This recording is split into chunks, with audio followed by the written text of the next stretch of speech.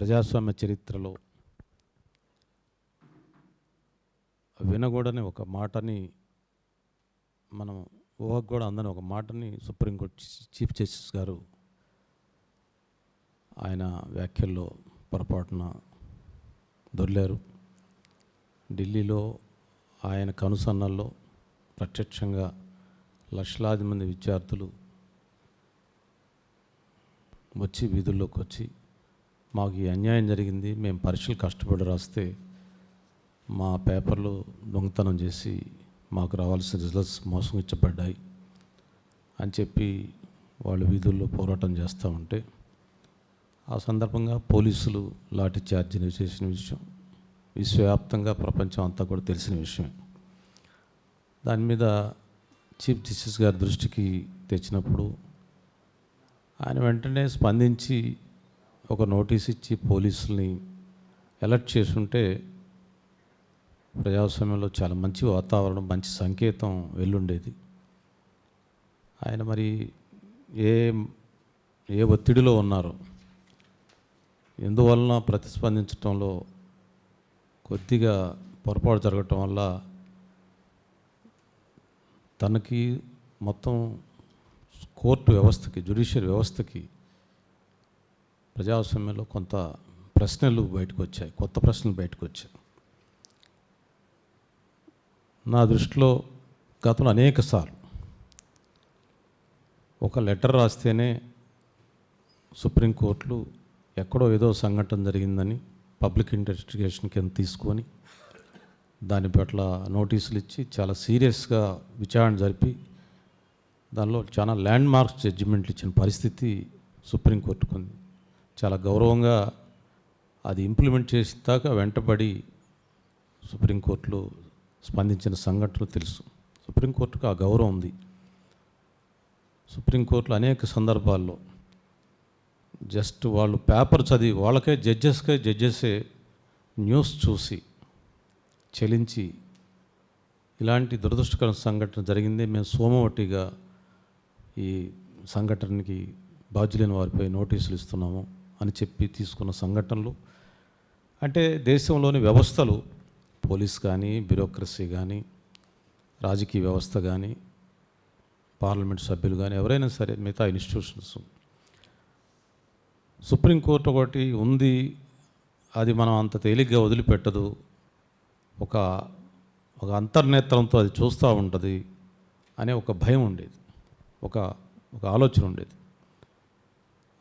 నిన్న సంఘటనలో దాని కళ్ళ ముందే జరుగుతున్న సంఘటనల పట్ల ఆయన స్పందించపోయేసరికి ఆ హోప్ ప్రజల్లో సన్నగిల్లింది.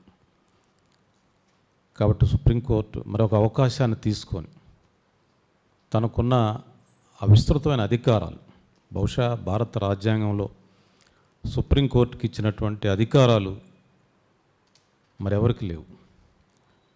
వాళ్ళకి రిజిస్ట్రేషన్ ఉంది, వాళ్ళకి ఆర్టికల్ 32 కింద, 226 కింద ఎలాంటి సంఘటన మీద స్పందించే అవకాశం సుప్రీంకోర్టుకు ఉంది. ఏ డైరెక్షన్ అని ఇవ్వగలిగిన కెపాసిటీ ఉంది. ఈవెన్ పార్లమెంట్ చేసిన అత్యున్నత న్యాయ చట్టాన్ని కూడా బేసిక్ స్ట్రక్చర్ కింద దాన్ని రివ్యూ చేసి పార్లమెంట్ ఇలా చేయటానికి వీల్లేదు, ఇది బేసిక్ స్ట్రక్చర్ అనే సిద్ధాంతానికి వ్యతిరేకం అని చెప్పి అంతమంది ఎలక్టెడ్ రిప్రజెంటేటివ్ చేసిన చట్టాలను కూడా వాళ్ళు సమీక్షించే అధికారం వాళ్ళకి ఇవ్వడం జరిగింది. బహుశా అది ఎంత గొప్ప అధికారం అది. అలాంటి అంత అత్యున్నతమైన వ్యవస్థ మానవ హక్కుల్ని కాపాడకపోతే, ఆ పిల్లల మీద దాడి జరిగినప్పుడు పోలీసు వ్యవస్థ ఆ లాఠీ చార్జ్ చేసినప్పుడు ఆడపిల్లల్ని మగ పోలీసులు కొట్టడం, విద్యార్థుల్ని ఇష్టం వచ్చినట్టుగా కర్రలతో బాధటం, ఈ సంఘటనలు చూసినప్పుడు కోర్టు ఆ దిశగా ఒక నోటీస్ అన్నట్లయితే మొత్తం దేశం మొత్తం కూడా చాలా చలబడేది. ఆ మంచి అవకాశాన్ని జారవిడుచుకుంది సుప్రీంకోర్టు. మరొక సందర్భంలో అలా జరగకుండా చూడాలని చెప్పి కూడా నేను కోర్టు వారికి, చీఫ్ జస్టిస్ ఆఫ్ ఇండియాకి నేను విజ్ఞప్తి చేస్తూ ఉన్నాను. అయితే ఈ మధ్య దుష్యంత్ దుబే అని ఒక చాలా సుప్రీంకోర్టు సీనియర్ న్యాయవాది, ఆయన బార్ కౌన్సిల్ ఆఫ్ ఇండియాకి, సుప్రీంకోర్టు బార్ అసోసియేషన్కి 2 సార్లు ఆయన అధ్యక్షుడిగా చేశారు. Very prominent advocate. ఆయన రీసెంట్గా ఒక ఇంటర్వ్యూలో ఒక మాట అన్నాడు. మరి అది ఎంతవరకు అనేది మనందరం కూడా పరీక్షించాలి. 2014 తర్వాత చీఫ్ జస్టిస్ అయిన వాళ్ళలో ఇద్దరు తప్పితే అందరూ సబ్జెక్ట్ లేని వాళ్ళు అని చెప్పాడు. రాజ్యాంగం పట్ల వాళ్ళకి గౌరవం లేదు, రాజ్యాంగం తెలియదని చెప్పి ఆయన అత్యున్నత న్యాయవాది Dushyant Dave bar council of ఇండియాకి, బార్ కౌన్సిల్ ఆఫ్ సుప్రీంకోర్టుకి 2 సార్లు అడ్జస్ట్ చేశాడు. Very prominent person, constitutional expert. ఒక Khanna and some other name ఇద్దరు తప్పితే మిగతా చీఫ్ జస్టిస్ ఆఫ్ ఇండియా వాళ్ళకి రాజ్యాంగం పట్ల చాలా గౌరవం లేదు. వాళ్ళకి ఎక్కడి నుంచో ఆదేశాలు వస్తుంటే వాళ్ళు జడ్జిమెంట్స్ ఇస్తూ ఉన్నారని చెప్పి ఆయన చెప్పడం జరిగింది. ఈ వాయిస్ ఆయన చెప్పటమే కాదు, మరి కొన్ని సంఘటనలు నిజమేనేమో అనిపించే పరిస్థితిగా ఈరోజు కనిపిస్తూ ఉంది. మరి నారాయణ అని చెప్పి ఒక అడ్వకేట్ నిన్న సుప్రీంకోర్టులో మెన్షన్ చేశాడు. ఈ సంఘటనని మెన్షన్ చేసి చాలా అంటే రాహుల్ గాంధీ రాజ్యాంగం పట్టుకొని ఉంటాడు. ఆయన పేరు గోపాల్ శంకర్ అడ్వకేట్. నేను కూడా వర్గీకరణ కేసులో ఆయన్నే ఎంగేజ్ చేశాను. నా తరఫున ఆయనే అడ్వకేట్. నాకు చాలా మంచి అడ్వకేట్, మంచి సుప్రీంకోర్టులో ఇప్పుడున్న అప్కమింగ్ అడ్వకేట్స్లో సీనియర్స్లో చాలా మంచి నాలెడ్జ్ ఉన్న అడ్వకేట్. సుప్రీంకోర్టు జడ్జెస్ కూడా ఆయన కేసు లేకపోయినా ఆయన ఒపీనియన్ అడుగుతూ ఉంటారు. ఈ మ్యాటర్లో though you are not advocate, you suggest your opinion అని చెప్పి అడుగుతా. అంత కాన్స్టిట్యూషన్ మీద అంత ఎక్స్పర్ట్ ఆయన నేను కలిశాను. నేను ఆ కేసులో ఎంగేజ్ చేశాను. ఆయన ఈ కేసులో ఇన్వాల్వ్ అయ్యి సుప్రీంకోర్టు దృష్టి తీసుకొచ్చి, చీఫ్ జస్టిస్ తీసుకొచ్చి, చాలా రెస్పెక్ట్ ఉన్న అడ్వకేట్. ఇట్లా జరిగిందండి, మీరు ఇన్వాల్వ్ కావాలని అంటే కోర్టు ఆ మంచి అవకాశాన్ని జారవిడుచుకుంది. మరి చీఫ్ జస్టిస్ గారు అందరూ కూడా, జడ్జెస్, అడ్వకేట్స్ అందరూ కూడా నివ్వెరపోతూ ఉన్నారు. దీన్ని వెంటనే సవరించుకోవాలంటే బాగుంటుంది, మన కాన్స్టిట్యూషన్కి సుప్రీంకోర్టు గౌరవం అని చెప్పి, సుప్రీంకోర్టు గౌరవం నిలబడాలి అని నేను కోరుకుంటా ఉన్నాను. సుప్రీంకోర్టు గౌరవం నిలబడితే, సుప్రీంకోర్టు మాకు అండగా ఉంటుందని సామాన్యుడు భావిస్తే దేశానికి మంచిది, ప్రజాస్వామ్యానికి మంచిది, దేశం పటిష్టవంతంగా ఉంటుంది. అలా కాకుండా మరో విధంగా ఉంటే ప్రజాస్వామ్యానికి అది మంచిది కాదనేది నా ఉద్దేశం. అదే కాకుండా రూల్ ఆఫ్ లా, చట్టం ముందు అందరూ సమానమే అనుకున్నప్పుడు చట్టాన్ని అతిక్రమిస్తున్న వాళ్ళని కంట్రోల్ చేయాల్సిన బాధ్యత కూడా సుప్రీంకోర్టు మీదే ఉంటుంది. ఎక్కువగా చట్టం చేస్తారు, ఆ చట్టం అమలవుతుందా లేదా పరీక్షించాల్సిన బాధ్యత సుప్రీంకోర్టుకే ఉంది, ఇంకెవరికి లేదు. అధికార యంత్రాంగం వాళ్ళ హైరార్కీలో వాళ్ళు అంత సూపర్వైజ్ చేసినా కోర్టు దగ్గరికి వచ్చినప్పుడు ఎలాంటి కాంప్రమైజ్ లేకుండా చట్ట ప్రకారం పరిపాలిస్తున్నారా లేదా అని చూడాల్సిన అవసరం. అదే ధర్మం. మన భారతీయ తత్వశాస్త్రంలో, భారతీయ సిస్టంలో ఉన్న ధర్మ అంటే ధర్మం చెప్పారా అంటారు, ధర్మం చెప్పురా అంటారు, ధర్మం ఎలా ఉందంటారు, ధర్మం అనా ఇది అంటారు. మరి ఆ ధర్మం అంటే రూల్ ఆఫ్ లా వైలేట్, ధర్మం అన్న రూల్ ఆఫ్ లా అన్న ఒకటే. ఇంగ్లీష్లో రూల్ ఆఫ్ లా అంటాం, మన భారతీయ సాంప్రదాయంలో ధర్మం అంటాం. ఆ ధర్మం వైలేట్ అయినప్పుడు, ధర్మం అతిక్రమించినప్పుడు మరి ఎవరికి చెప్పుకోవాలా? న్యాయ వ్యవస్థ కాబట్టి ఎవరు పరిష్కారం చేస్తారు? న్యాయ వ్యవస్థే ధర్మాన్ని అతిక్రమిస్తే ఇంకెవరికి చెప్పుకోవాలా? ప్రజలు ఎవరికి ఆక్రందన వినిపించాలి ప్రజలు?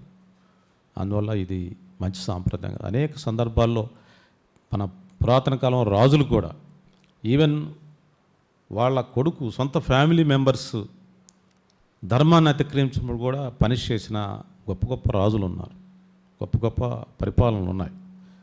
అంటే మన అంతరాత్మతో పరిశీలించి, అంతరాత్మతో ఆలోచించి, అందుకని మహాత్మా గాంధీ చెప్తా ఉంటాడు, చట్టము, న్యాయము, పరిస్థితులు, సమాజం అభివృద్ధి చెందిందా లేకపోతే ఏం సాధించాము, ఎలా ఉంది, మహిళలు ఎలా ఉన్నారు, పేదలు ఎలా ఉన్నారు, అందరు ఎలా ఉన్నారని చూసేది చట్టం పేపర్ మీదనే కాదు, అంతరాత్మతో కూడా చూసుకోవాలి. ఆ అంతరాత్మ ప్రబోధన ఎక్కడి నుంచి వస్తుంది? అంతరాత్మ ప్రబోధన ఇలాంటి సుప్రీంకోర్టు లాంటి సంస్థల ద్వారా చేయాలి. వాళ్ళకి ఇండిపెండెంట్ ఐడెంటిటీ ఉంటుంది, వాళ్ళ వ్యవస్థే డిఫరెంట్గా ఉంటుంది. అందువల్ల ఆ సుప్రీంకోర్టు వాళ్ళ అంతర్నేత్రంతో, అంతరాత్మతో ఇలాంటి పరిశీలించి వాటికి తగిన సూచనలు, తగిన ఇన్స్ట్రక్షన్స్ ఇస్తే కానీ మిగతా వ్యవస్థలు పనిచేయవు. ఆ విధంగా సుప్రీంకోర్టు సీజే చేసి ఉంటే ఎంతో గౌరవంగా ఉండేది. మన పిల్లలు, మన విద్యార్థులు, మన దేశ పౌరులు, అంతా మన బిడ్డల మీద అంత దారుణం జరుగుతుంటే ఆయన చూస్తూ కళ్ళు మూసుకోవడం బాగలేదని చెప్పేది నాకున్నటువంటి అభిప్రాయం. జడ్జెస్ కూడా రాజ్యాంగం ఇచ్చిన institutional powers, parliament, judiciary, legislative, executive అనే 3 ఇన్స్టిట్యూషన్స్. ఈ ఇన్స్టిట్యూషనల్ పరిధిలో ఒకళ్ళనొకళ్ళు చెక్ చేసుకోకుండా, చెక్స్ అండ్ బ్యాలెన్స్ లేకుండా అందరూ ఒకటే చెబితే ప్రజాస్వామ్యం ఎలా ఉంటుంది? కాబట్టి ఆ ఇన్స్టిట్యూషనల్ చెక్స్ అండ్ బ్యాలెన్స్ తగ్గిపోతూ ఉన్నాయి. దానివల్ల ప్రజాస్వామ్యం సన్నగిల్లిపోద్ది అనేది కూడా నా మనవి. మరి మంచి ధర్మరాజ్యం స్థాపించాలని మనందరం కోరుకుంటాం. ప్రజలందరూ ఊళ్ళల్లో అంటారు ధర్మం జరగాలి, ధర్మరాజ్యం రావాలని. ధర్మరాజ్యం అంటే ఎలా వస్తుంది? రూల్ ఆఫ్ లా ఎలా నిలబడుతుంది? చట్టం మీద గౌరవం ఎలా పెరుగుతుంది? చట్టం కొందరికే ఉపయోగం జరిగితే పరిస్థితి వస్తే మొత్తం ప్రజాస్వామ్యం కుప్పగొలుతుంది కదా. కాబట్టి నేను మనవి చేసేది ఏంటంటే, ఈ పరిస్థితి సవరించాలంటే సుప్రీంకోర్టులో కూడా, హైకోర్టుల్లో కూడా బీసీలకి, ఎస్సీలకి రిజర్వేషన్స్ ఉండాలి జడ్జెస్ అపాయింట్మెంట్లో. లేకపోతే ఈ పేదల పరిస్థితి అర్థం కావట్లేదు వాళ్ళకి. సామాజిక పరిస్థితులు ఇంకా వాళ్ళ దగ్గర రీచ్ అవ్వట్లేదు, కొంత గ్యాప్ వస్తూ ఉంది. ఈ సమాజాల నుంచి వచ్చిన వాళ్ళు రిప్రజెంట్ చేస్తే దేశాన్ని ఇంకో రకంగా చూసి దేశానికి మంచి వన్నె తేవడానికి అవకాశం, ప్రజాస్వామ్యం పటిష్టవంతం చేయడానికి అవకాశం ఉంటుంది. సుప్రీంకోర్టు, హైకోర్టులో జడ్జెస్లో మరి రిజర్వేషన్స్ ఉండాలి. అదేవిధంగా కాన్స్టిట్యూషనల్ డైలాగ్ ఉండాలి. నువ్వు జడ్జెస్ ఛాంబర్స్లో కూర్చుంటే కాదు, ప్రజాస్వామ్యంతో సంప్రదించాలి, ప్రజలు ఇంటర్ ఇన్స్టిట్యూషన్స్ సంప్రదించాలి, డైలాగ్ చేయాలి, అడ్వకేట్స్ చెప్పింది వినాలి, బాధితులు చెప్పింది వినాలి, డిఫరెంట్ కార్నర్స్లో ఉన్న ఇన్ఫర్మేషన్ వాళ్ళు చెక్స్ అండ్ బ్యాలెన్స్ ద్వారా చూసుకోవాల్సిన అవసరం. కాన్స్టిట్యూషన్ డైలాగ్ మిస్ అవుతుంది మొత్తం పార్లమెంట్లో కానీ, అసెంబ్లీలో కానీ, సుప్రీంకోర్టులో, హైకోర్టులో కానీ. ఆ డైలాగ్ మిస్ అవ్వటం వల్ల చాలా నష్టం జరుగుతుంది. కొంతమంది ఆరోపిస్తూ ఉన్నారు, రాజకీయ నాయకులే కాదు లంచగొండ్లు, జడ్జెస్ కూడా, సుప్రీంకోర్టు, హైకోర్టు జడ్జెస్ కూడా లంచగొండ్లు అని చెప్పి అంటున్నారు. మమ్మల్ని తిడితే సరే మేమేదో మాట పడతాం, మళ్ళీ ఓట్లు అడగ తప్పదు మాకు, రాజకీయ నాయకులం కాబట్టి. రాజకీయ నాయకులు తిడుతున్నారు, రాజకీయ నాయకులు ప్రత్యక్షంగా అంటున్నారు మీరు దోచుకోవట్లేదా, మీరు ఎలక్షన్లు అప్పుడే వస్తున్నారు, మిగతా టైంలో కనపట్టలేదు, మా సమస్యలు పరిష్కరించట్లేదు, మాకేదో హామీలు ఇస్తున్నారు, వెళ్ళిపోతూ ఉన్నారు, రాజకీయ నాయకులు దోచుకుంటున్నారని రోజు ప్రజలు తిడుతూ ఉన్నారు. ఇప్పుడు కొత్త వాయిస్ వస్తూ ఉంది రీసెంట్గా, జడ్జెస్ కూడా కరప్ట్ అవుతున్నారనే వాయిస్ వస్తూ ఉంది. అది దురదృష్టకరం, అది రాకూడదు. అది వాళ్ళ సెలక్షన్, వాళ్ళ ప్రాసెస్, వాళ్ళు చాలా ఇండిపెండెంట్గా ఉండాలి, చాలా వాచ్ చేయాలి, అవినీతిని అరికట్టాల్సిన అవసరం ఉంది. దురాక్రమణ, రాజ్యాంగ విలువలు ఆ దురాక్రమణ వాళ్ళు ఆపాల్సిన అవసరం ఉంది. వాళ్ళ రాజ్యాంగం వాళ్ళ ప్రాథమిక సూత్రంగా ఉండాలి. రాజ్యాంగ పరిధి ఎవరు దాటితే వాళ్ళ మీద కొరడా జొలిపించాల్సిన అవసరం ఉంది సుప్రీంకోర్టుకి.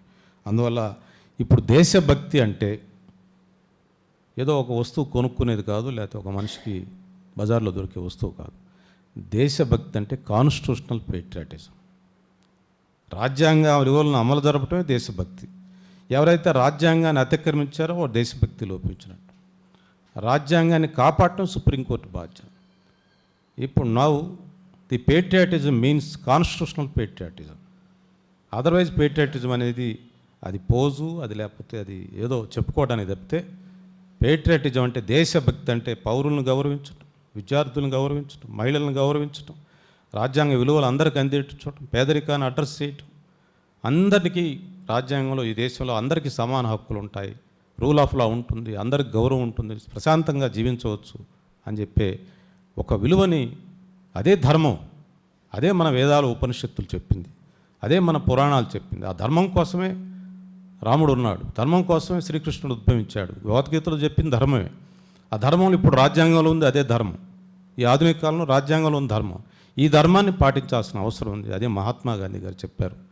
కాబట్టి విదేశాలతో పోరాడేటప్పుడు సైన్యాలు లేకపోతే ఆయుధాలు ఇవన్నీ వాడచ్చు. దేశ పౌరుల మీద వాడేటప్పుడు అంత విధ్వంసం అవసరమా? నీ పౌరుల మీద నువ్వే యుద్ధం చేస్తే ఇంకెవరికి చెప్పుకోవాలి?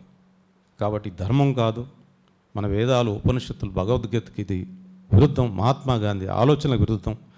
మనం అందువల్ల ప్రభుత్వానికి సవినయంగా విజ్ఞప్తి చేస్తూ ఉన్నాను, సుప్రీంకోర్టుకు సవినయంగా విజ్ఞప్తి చేస్తూ ఉన్నాను. మన ప్రజాస్వామ్యాన్ని కాపాడుకుందాం, రాజ్యాంగ విలువలను కాపాడుకుందాం, దేశ పౌరులు మీకు అందరికి కూడా రాజ్యాంగ విలువలు అందేటట్టుగా చూద్దాం. Now the patriotism means constitutional patriotism అని చెప్పి విజ్ఞప్తి చేస్తూ అన్ని సవరించుకొని ముందుకెళ్ళి ప్రజాస్వామ్యాన్ని కాపాడే అవకాశాన్ని పొందిపుచ్చుకోవాలని సుప్రీంకోర్టు విజ్ఞప్తి చేస్తాను. ధన్యవాదాలు.